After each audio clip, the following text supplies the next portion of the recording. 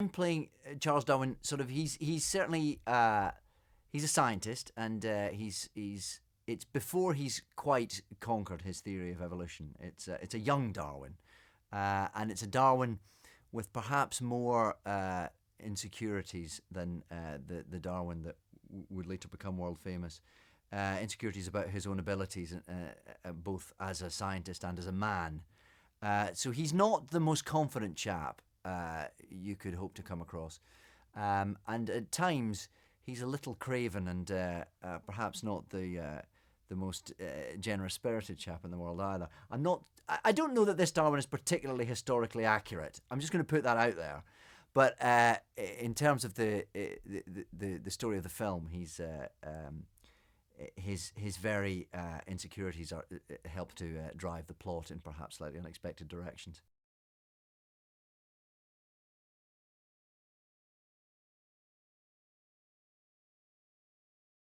He has a crush on the Queen. Yes, he's rather smitten with Queen Victoria, and sort of his every motivation springs from his desire to impress her. Uh, and Queen Victoria, as we shall find out, is not quite uh, as history would describe her either. So she slightly confounds our and Darwin's expectations, I think, as the story unfolds.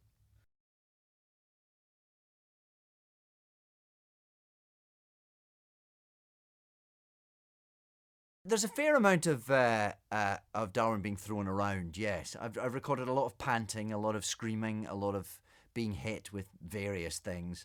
Uh, yes, I guess it's a he. He has a fairly physically active role, and he's not a particularly physically active chap. So yes, he spends a lot of the film being thrown around and hurt in a variety of comedic ways.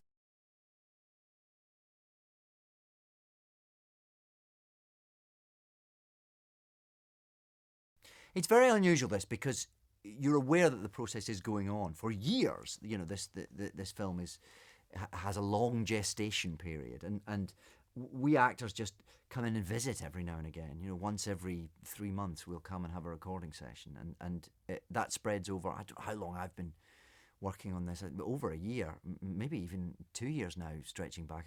I can't quite think, but it's been a long process where we just visit every now and again, and of course we'll come back and we'll be very excitedly told that now there's 5 minutes of footage, now there's 15 minutes of footage, and it's clearly a laborious and fastidious process, but it's so exciting to just to be at any contributing factor to that, um, because what's very exciting is to be part of the finished product on something like this, which where the actors aren't the stars. The stars of this film are the animators and the extraordinary things that they can do with these extraordinary, beautiful creations, and the wonderful world that is created uh,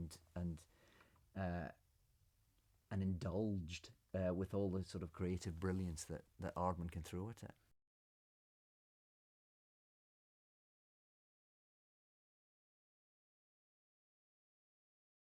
As actors, we're in this recording studio once every little while, and these tapes go back to the workshops, and the film is put together frame by frame. So I guess when we're in the studio, we have to provide as many options as possible, so that uh, just to give the animators every possible chance and every possible option to play the scene in a variety of different ways. Um, so yeah, we'll often do 20 takes, so you've got every conceivable reading of a line, and yeah, I mean you're very aware that the final decisions are not in your hands. The final decisions of how this character will be played are decided in an animation studio far, far away, and all you can do is hopefully provide whatever raw materials you can to make that live as joyously as possible.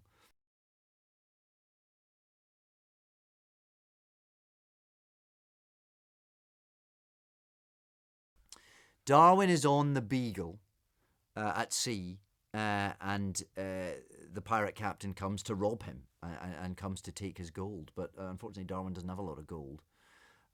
He has a couple of baboon's kidneys, and that's about it. And many things in jars, which don't particularly interest the pirate captain.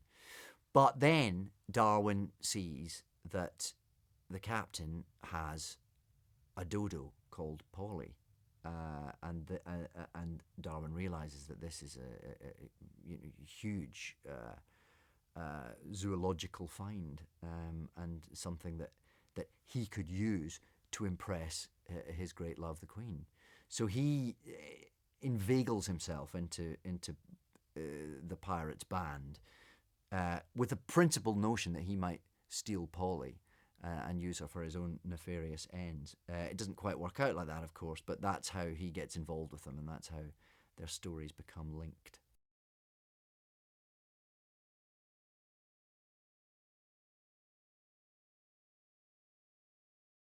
Darwin thinks he's cleverer than the pirate captain and thinks he can use him for his own ends. But the pirate, so initially it's a slightly duplicitous relationship, but I think by the end they become rather fond of each other, and they certainly have to work together quite closely to save the day.